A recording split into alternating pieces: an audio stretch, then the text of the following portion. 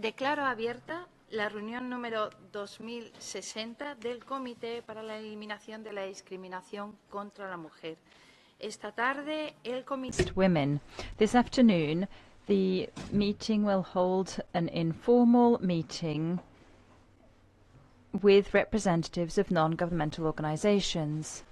As you know, for each session, the committee invites national and international non-governmental organizations to informal public meetings to provide specific information on the state's parties that are scheduled for consideration by the committee. This is the first opportunity for NGOs to provide information on those states' parties whose reports are being considered this week, namely the Republic of Korea, Montenegro, Singapore and Estonia.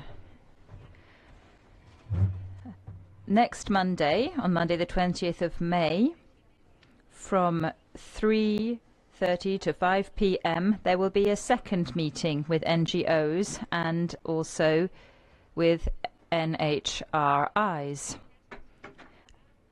At this meeting, they will be invited to provide country-specific information on the states' parties whose reports will be considered during the second week of the session, namely Kuwait, Malaysia, Brazil and Rwanda. I should like to remind the meeting participants that this meeting is live webcast on UN Web TV. I am pleased to note that NGOs are taking advantage of this opportunity to provide information to the committee. This information assists the committee in its consideration of reports submitted by states parties. We would like to extend a special welcome to the representatives of local NGOs who have made the effort of coming here to Geneva before CEDAW. Filming and recording audiovisual material during the 88th session of our committee is prohibited when this is not authorized. That includes during the dialogues with the states. Representatives of NGOs have the right of unhindered access to and to communicate with the committee and its members for the effective implementation of the committee's mandates.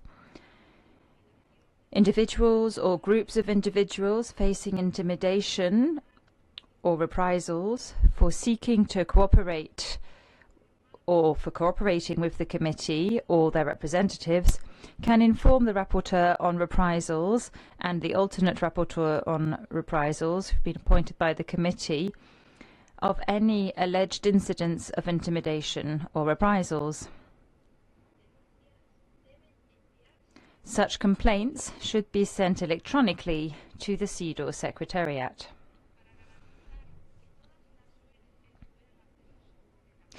In order to ensure that all NGOs will be able to take the floor, I urge all speakers to respect the time limits allocated for each intervention.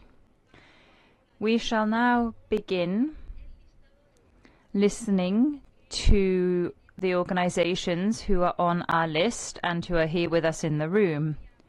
I will also ask my assistant to help me here. We will start with the Republic of Korea and the first organization to speak. Yoon Soo Kim, Korea Women's Association United. 3 minutes. Thank you, Madam Chair and distinguished members of the CEDAW Committee. I'm Hyun Soo Kim from Korea Women's Associations United. I and my colleagues will speak on behalf of 23 women's and human rights organizations in the Republic of Korea. While the government's 9th periodic report covers the progress made by the previous administration, we note with great concern that the new President Yoon Suk-yeol, who took office in May 2022, has so far shown no willingness to implement the committee's previous recommendations. In fact, over the past 2 years, we have witnessed numerous serious setbacks in the policy direction of women's rights. President Yoon has attempted to abolish the Ministry of Gender Equality and Family, claiming that there is no structural gender discrimination in South Korea, and therefore there is no longer a need for the ministry. Although the ministry continues to exist due to the strong opposition from women's organizations and citizens, he is now trying to completely paralyze it, including by not even appointing a minister. The words women or gender equality have been removed from policy terms and directions, and budgets of women's policies have been drastically cut, including the prevention and support for victims of violence against women, and subsidies for the counseling centers to support women workers facing gender discrimination. And local policy structures for women have been severely reduced. In addition, there's been no progress in adopting a comprehensive anti-discrimination law, despite the repeated recommendation by the committee.